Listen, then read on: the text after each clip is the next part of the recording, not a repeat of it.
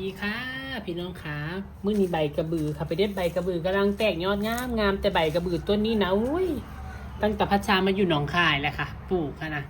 บัดนี้มันบ่งามบ่ได้ใส่บ่ได้เร่งยอดเร่งใบค่ะปล่อยธรรมชาติบ่ได้เฮ็ดหยังค่ะใบมันละบ่ใหญ่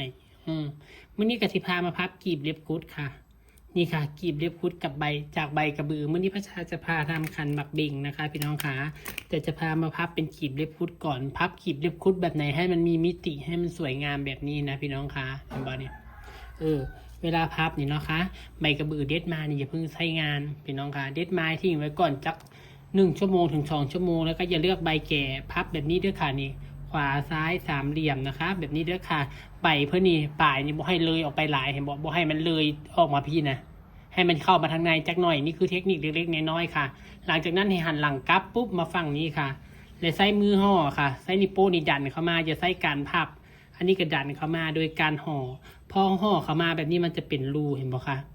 มันจะเป็นมิติถ้าเราพับเข้ามานะใบกระบือมันจะแบนเพราะว่าใบกระบือเพราะว่าริบบิ้นก็ตามแต่อันนี้คือเทคนิคเล็กๆน้อยๆของพัชชานะคะพี่น้องคะพับขวาพับซ้ายค่ะเห็นบ่พับแล้วบ่ให้ซ้ายนี่เลยออกไปหันหลังกลับค่ะพี่น้องคะใช้นิ้วโป้ดันเข้ามานี่นิ้วโป้ข้างซ้ายพัชชาจิกไว้ให้อยู่ครึ่งกลางมันบ่อยากโฟกัสให้อยู่ครึ่งกลางใช้นิ้วโป้ข้างขวาดันเข้ามาปุ๊บใช้นิ้วโป้ข้างซ้ายดันเข้ามาปุ๊บเฮาบ่ใช้การพับถ้าเฮาพับนี่มันจะบ่เป็นมิติมันจะบ่เป็นร่องนะนี่มันจะบ่ฟูขึ้นและหลายคนเฮ็ดแล้วมันแฟบมันแบนเพราะว่าสมเจ้าพับเข้ามาสมเจ้าบ่ใช้การดันเอานะคะพี่น้องคะถ้าใช้เทคนิคนี้มันจะทำให้มีมิติเวลาเราไปทำอะไรมันก็จะสวยค่ะพี่น้องมันมีร่องเข้าใจบ่นี่มันมีร่องนะนี่นะบางคนอาจจะบ่เข้าใจค่อยอธิบายเนาะค่ะเอาพี่น้องจ๋าเดี๋ยวพัชชาเริ่มประกอบกีบบักเบ่งจังมาเบิ่งนำกันค่ะสวัสดีค่ะพี่น้องค่ะใบกระบือค่อยพับไว้แล้วค่ะ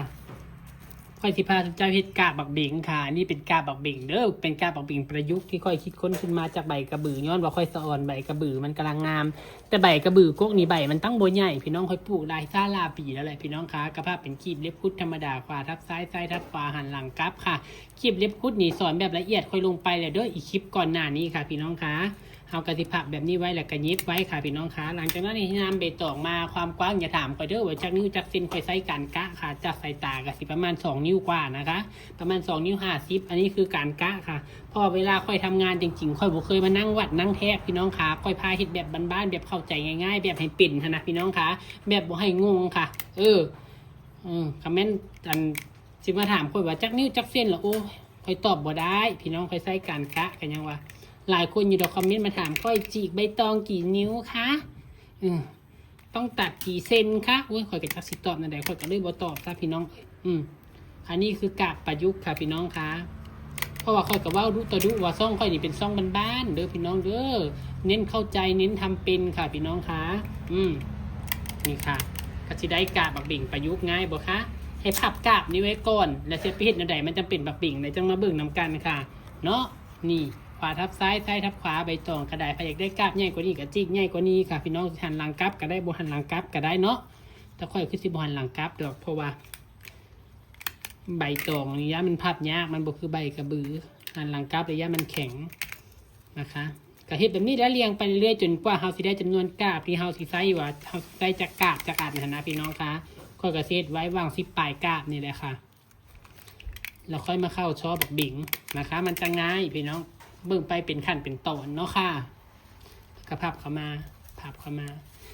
าก็ย่ายมันเบี้ยวเด้อพี่น้องนี่ถ้ามันเบี้ยวนี่มันกับบ่งามพี่น้องค่ะเวลาเขาไปประกอบออกมาก็ได้แต่ว่าบ่ให้มันเบี้ยวมันก็ยังเบี้ยวค่อยคิดก็ได้เห็นบ่ประมาณนี้นะคะบ่ได้ยุ่งบ่ได้ยากเนาะพี่น้องเนาะเฮ็ดได้อยู่เนาะค่ะ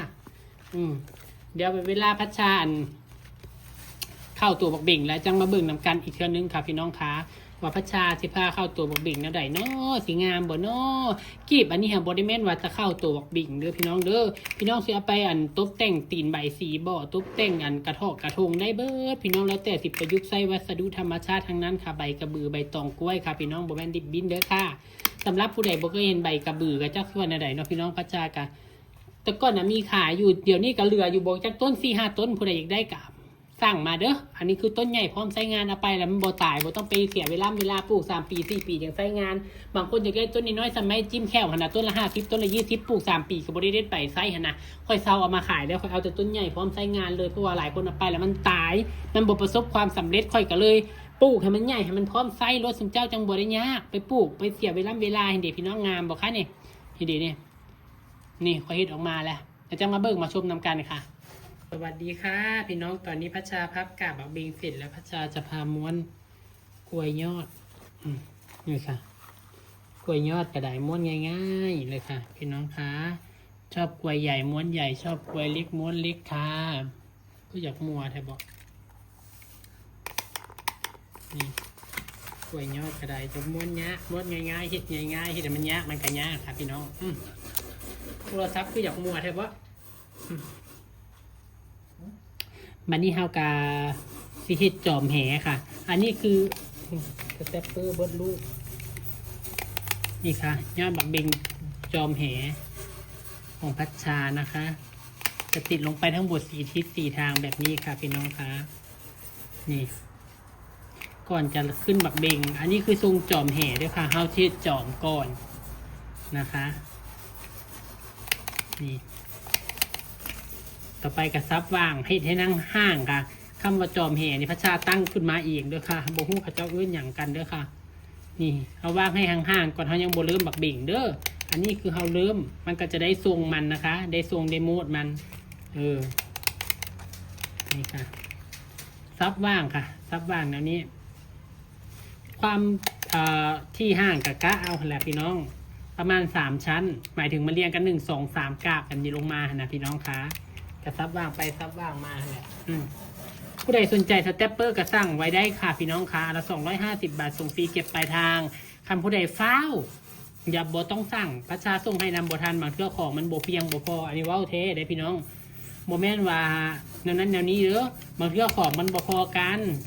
เอาสั่งของอาทิตย์ละ200ตัวแบบนี้นะบางเทื่อมันบ่พอกันแล้วก็ให้ท่าจักน้อยนะพี่น้องคะ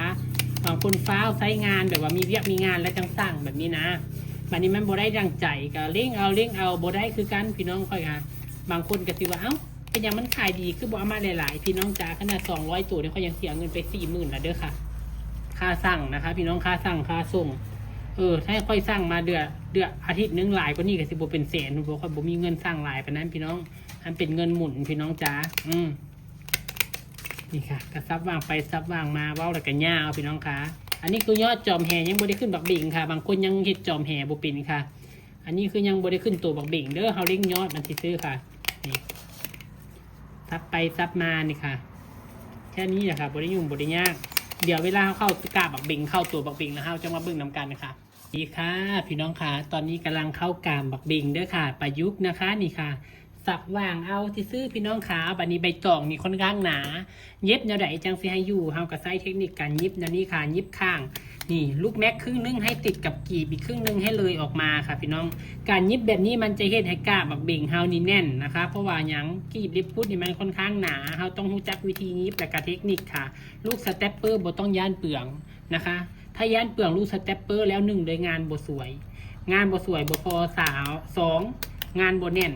นะคะพี่น้องคะฉะนั้นบ่ต้องย่านเปลืองเย็บลงไปเลยค่ะพี่น้องคะนี่ซับว่างไปซับว่างมาซับว่างไปซับว่างมาที่ซื้อพี่น้องบริยุ่งบริยากเอาค่ะนี่ก็ได้นี่เห็นบ่แล้วก็เอานี่ปิดค่ะเห็นบ่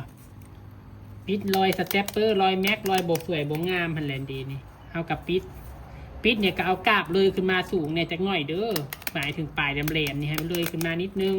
ทำโบเลยขึ้นมาเลยกับสิโบงามพี่น้องให้เลยออกมานิดนึง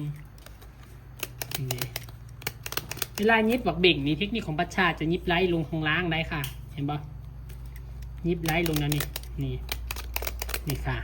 นี่ซับว่างไปซับว่างมาเรื่อยๆค่ะให้บอกพี่น้องค่ะบริยุ่งบริยากเนาะบัดนี้ชั้นตัวต่อที่มานี่ให้เฮาเอากาบบักเบ่งนี่ลงก่อนแล้วเฮาค่อยเอาตัวนี้ลงเด้อถ้าเฮาบอกกาบบักเบ่งนั่นนี่เห็นปะถ้าบอกกาบบักเบ่งตัวนี้ลงก่อนเนี่ยมันจะเห็นสเตปเปอร์มันบ่สวยเฮาต้องเอากาบบักเบ่งนี่ลงปุ๊บแล้วค่อยต่อด้วยตัวนี้นะคะ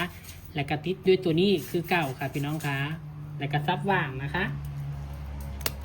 นี่ค่ะบไดยุ่งบไดยากค่ะเดี๋ยวเซตเรียบร้อยเราจะมาเบิ่งนำกันพี่น้องค่ะว่าจะออกมาเป็นอะไรสวยงามสันใดเนาะค่ะ เพื่อเป็นการบวกเสียเวลาของคลิปพี่น้องค่ะส่วนคลิปยาวละเอียดอาจารย์ก็จะเอาลงให้อยู่เด้อค่ะ อันนี้เอามาให้เบิ่งเพื่อสำหรับคนฟ้าวคนฮีทสำหรับคนที่แบบว่าบ่มักเบิ่งอย่างนานๆนะพี่น้องคะพี่น้องคะตอนนี้ขันหมักเบงประยุกต์ของเฮาก็เสร็จเรียบร้อยค่ะ